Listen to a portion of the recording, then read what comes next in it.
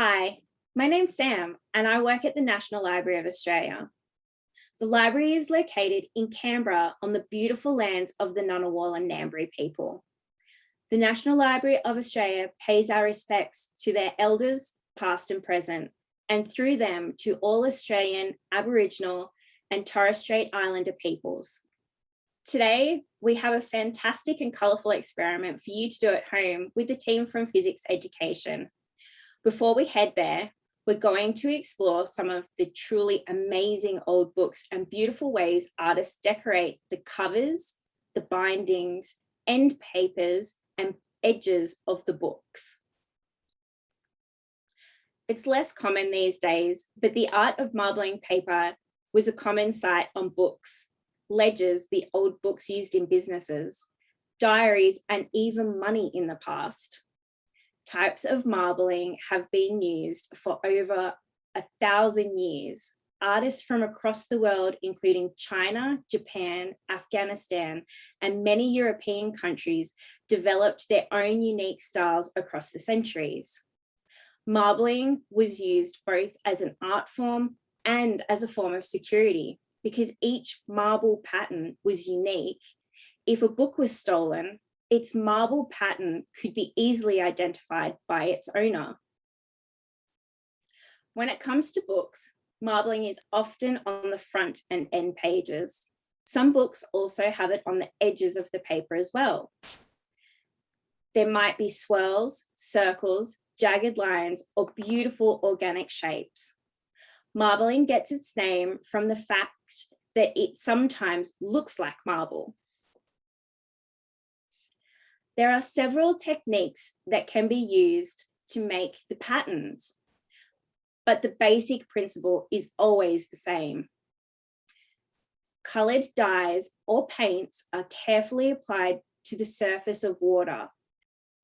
You must do this very carefully to make sure that the surface tension of the water stays intact. Different processes use different substances to help with this. In the past, types of seaweed and algae were used, whereas today, things like oil paints and PVC are used.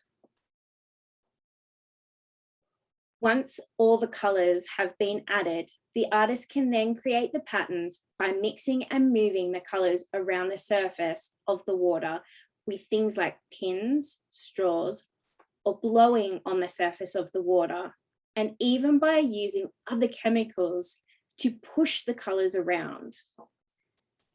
Let's hand over to our friends at Fizzics now, who have a simple experiment that you can try at home that explains how surface tension works and what happens when it's broken. Remember, always ask first before you do any kind of experiment, and always have an adult that you trust around to make sure everything is safe. This experiment is really colourful, and I must say it's really interesting because not only can you do it with kitchen chemicals, it shows quite a lot about chemistry. So let's go have a look. What we need is a plate, some full cream milk, any form of detergent, and some food colouring. Really easy to work with. So I've got here my full cream milk. Now you could try after this experiment trying skim milk, or any other version of the many types of milks you can buy at the stores these days. Now you'll notice I have not put my milk very deep in my plate. It's very important. We just want to make it nice and shallow to get the effect that we want to see. Now get your food colouring. Now this is the temptation to add too much food colouring. Just a drop, maybe two. We don't want too much. So I'm going to do my green over here and put my red in here as well. You could choose another colour, it's up to you. Now, by the way, if you don't have all of the colours, that's not a big deal. In fact, you can see this effect with just one colour. But today I'm going to use three because, hey, why not? Now, here's the thing. Do you notice that the colours have not spread out through the milk much? And the reason why, the fat in the milk is in the way. The water is the only thing that brings the food colouring around. It's the food colouring only follows where the water is. They kind of work together. In fact, what if we break up that fat using a small amount of detergent? I'm going to use a little cotton swab and put a little drip in the center. And I must say it's really fast. Are you ready? 1, 2, 3, dripping in. Whoa! Look at that. Now, if you're doing this at home, did yours do the same? I must say it's very repeatable. Doesn't matter which type of full cream milk you use as long as it's full cream milk. Now notice, there's more than just the colours shooting outwards. Look what's happening. My colours, like yours, shot outwards and then they start mixing. Look, there's one there starting to mix. There's another one there mixing. Another one there mixing. It's happening all over the place. In fact, this keeps on going. Without me adding any more detergent, it keeps on happening. So why is that the case? Now think about when you use detergent to wash the dishes. I hope you help wash the dishes. It's a very important skill. But here's the thing.